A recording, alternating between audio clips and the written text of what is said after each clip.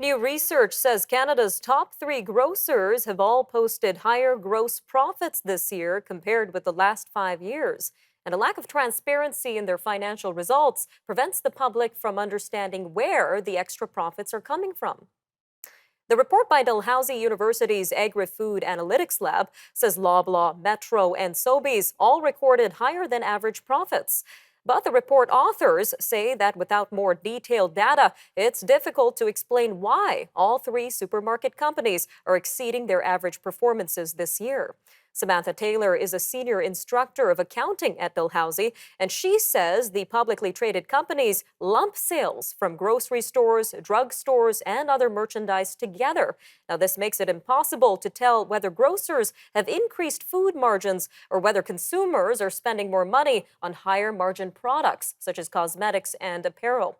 Well, Professor Taylor joins us now to tell us more about this. Ms. Taylor, welcome to Forum Daily. Hello, thank you for having me, Nima. Now, an interesting term was mentioned in your report, greedflation. So let's start with that. What is greedflation? For sure. So greedflation is a term that's been used to discuss the amounts of profits charged by grocers or really anybody in excess of what would be typical by so-called taking advantage of higher inflationary times. And this report looks into the grocery industry in particular. So you're pointing that all three grocers are lumping sales from other product lines together, and this is making it virtually impossible to tell if grocers are increasing food margins. So, Ms. Taylor, is this a dead end when it comes to this research? It really could be, absolutely. So one thing that we did look at was how did each grocer compare to their gross profit, that is revenues less cost of revenues, relative to their last 5 years of performance. So we really wanted to dig into how they're doing in 2022 relative to their past. And what we found was interesting. So relative to each grocer's past average performance, each one of them is having a better year.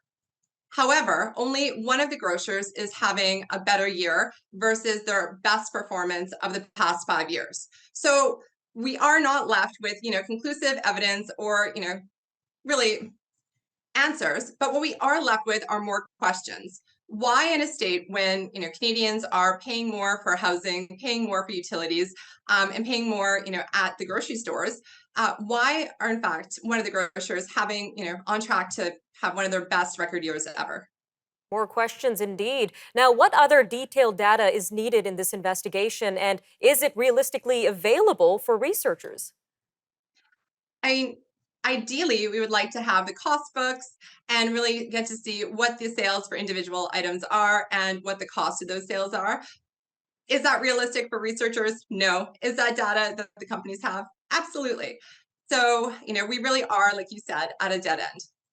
All right, well, if we look at this report's conclusion, it mentions that unless companies open their books, you cannot prove or disprove greedflation among Canadian grocers. So, would it be in the public interest to force grocers to open their books?